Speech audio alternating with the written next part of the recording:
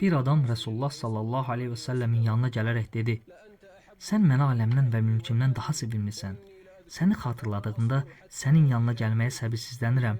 Gələm ki, gözüm aydın ola, qəlbim rahatlıq tapa. Mən öz ölümümü və sənin ölümünü düşündüm. Sən cənnətə girərkən peyğəmbərlərlə birlikdə yüksələcəksən. Əgər mən girsəm səni görməyəcəm."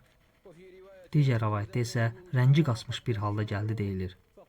Resulullah sallallahu aleyhi ve sellem ona belə dedi: "Nədir rəngini qaçıran?"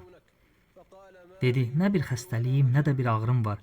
Sadəcə səni görməyəndə ta ki səni görənə qədər dəhşət məni bürüyür. Sonra da axirəti xatırladım, qorxdum ki səni orada görməyəcəm." Allah Subhanahu taala bu ayəni indirdi.